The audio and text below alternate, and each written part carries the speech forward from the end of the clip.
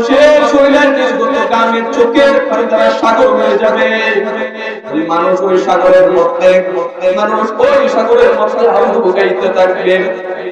শুধু তাই নয়, ওই কিয়ামত দিবসে, ওই প্রতিদান দিবসে সকল নবীরা পর্যন্ত বলতে থাকবে আর নিজের জন্য বলতে থাকবে,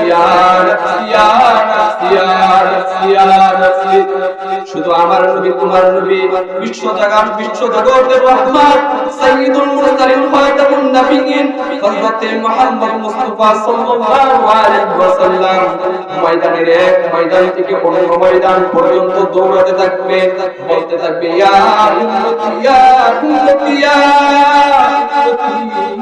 কিসের জন্য বলতে থাকবে?